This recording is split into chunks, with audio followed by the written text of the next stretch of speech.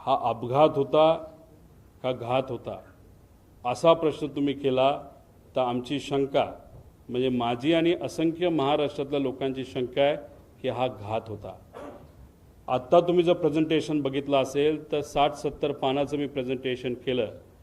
एक एक गोष्ट जी घडली, कशी घडली, कोण बैठकीला आलं होतं, कोणाचं विमान होतं, कोणाचं काय होतं, जी जी काय माहिती आमच्यापर्यंत आली ती माहिती ही तुमच्यापर्यंत पोहोचवलेली आहे।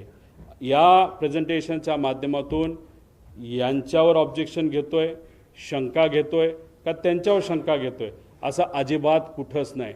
मी वस्तुस्थिती तुम्हाला सांगितली, पण या बाबतीत विमान कंपनी जी VSR आहे, ॲरो नावाची हँडलिंग कंपनी आणि जो कपूर नावाचा पायलट होता, या 3 कंपन्या आणि व्यक्तीवर आमची शंका आहे।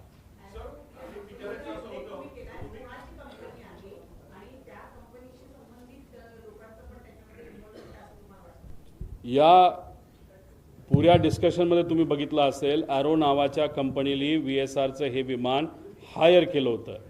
ते सरकारी GR प्रमाणे केलं होतं।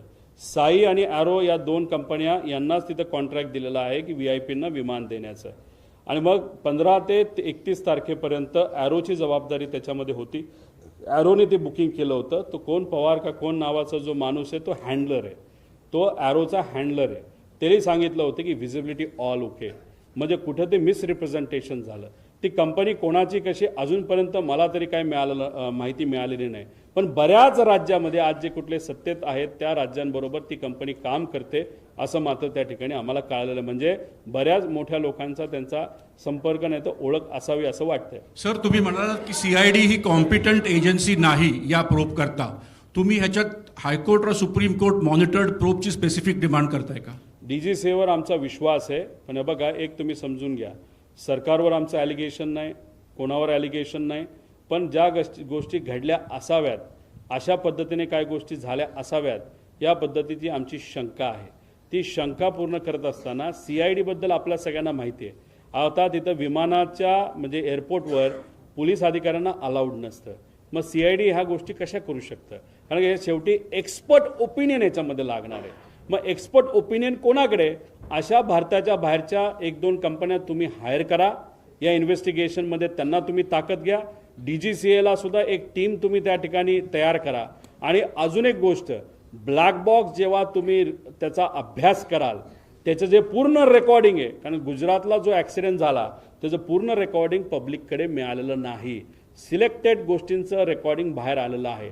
आमची मागणी आहे ब्लॅक बॉक्समधलं जे कुठलं तिथं रेकॉर्डिंग आहे जे पूर्णपणे परिवारातल्या एका व्यक्तीला नाहीतर काही ठराविक लोकांना एक्सपर्ट बरोबर ते बघण्याची संधी सरकारकडनं त्याच्यामध्ये देण्यात यावी। आणि त्याच्याचबरोबर जे काही डिव्हाइसेस नाहीतर जी काही तिथं इक्विपमेंट्स होती त्याची जी मुवमेंट असेल ती सुद्धा आम्ही एखाद्या तज्ज्ञाकडनं त्या ठिकाणी त्याचा अभ्यास करू।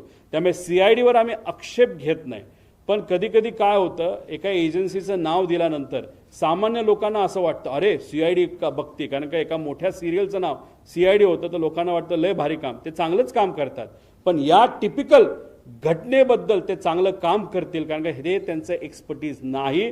म्हणून जे एक्सपर्ट आहेत, डॉक्टर जर हृदयाचा असेल तर हृदयाच्याच डॉक्टरकडे जावं लागतं, डोळ्याच्या डॉक्टरकडे जाऊन चालत नाही असं आमचं मत आहे। गेल्या 10 दिवसामध्ये तुम्ही सांगितल्याप्रमाणे गेल्या 10 दिवसामध्ये फक्त CCTV चेक करतायत, ते सुद्धा एअरपोर्टवरचेच, त्यामुळे